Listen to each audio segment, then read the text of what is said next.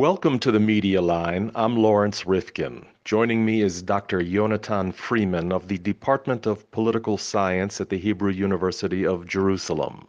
Dr. Freeman, Israeli President Rivlin saw that Benny Gantz could not form a government, and he knows that Gantz's rival Prime Minister Benjamin Netanyahu can't either. So he's now sent the mandate to form a coalition to the Knesset in a kind of wild card bid, a Hail Mary pass, if you will. The only other time this was tried, last November, nothing came of it. Why try again? Looking at the situation, we see here a battle of the Benjamins. Each one, Benjamin Gantz and Benjamin Netanyahu, is facing a midst of public opinion that even before this coronavirus emergency was striving for unity. And during this emergency, they're more and more wanting it. So we see a very, very strong move by Rivlin that's facing not just his own ideas about a future government, but also about public opinion.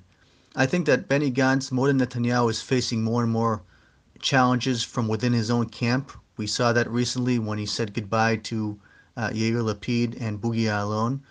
Polls also show that if there are new elections, he will lose more seats. So I think this current challenge with regards to forming a government, this is something that Benny Gantz is seeing more and more vital, that he finds a government in the future if he wants to continue to be relevant. I think that Rivlin still believes a government, a unity government, can be formed. He's just trying to put pressure on both sides.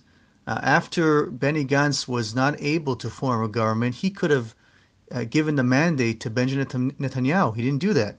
He moved quickly to give it to the Knesset.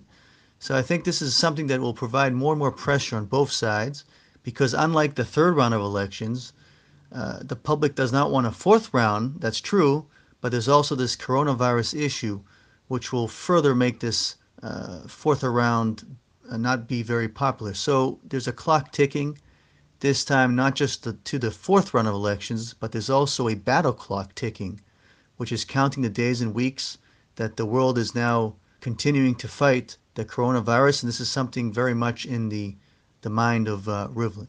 The buzzer buzzed. Does this block Gantz and Netanyahu from attempting to establish a kind of unity coalition from the sidelines? I think it's still possible that a unity government will be formed. The fact it's in the Knesset right now, and now they need to find 61 signatures to form a new coalition government. The fact it's right there, I think that it could mean that certain individuals on both sides of the aisle, whether or not supporters of Netanyahu or supporters of Benny Gantz, could move to sign their name on one of those lists, something that could really provide for some sort of a government to be formed, of some sort of even minority government to be formed. I think some of the Knesset members who might sign their name on the list might be some who are feeling the public pressure, but also could be some members who feel that if there is a fourth election, they have a very low probability of being elected again to the Knesset, or that their own party leader will place them on their list once again. You are listening to Dr. Yonatan Freeman of the Department of Political Science at the Hebrew University of Jerusalem. The snag in a unity coalition seems to be guidelines on judicial matters. It's a matter of potential jail time for Netanyahu, who's under indictment for alleged corruption. And it's a matter of future electability for Gantz, who told his voters he'd never serve under an indicted prime minister. Who between the two of them do you think is more desperate? I think that Gantz has more to lose if there is a fourth round of elections, not just losing seats because of how the public will vote, but also losing the trust and support by his own party members. We have to also take note that because Yair Lapid is no longer currently part of the Benny Gantz blue and white list, this means that Yair Lapid could potentially, if there is a fourth round of elections, run himself. I think that Yair Lapid has proven over the years that he wants to be prime minister.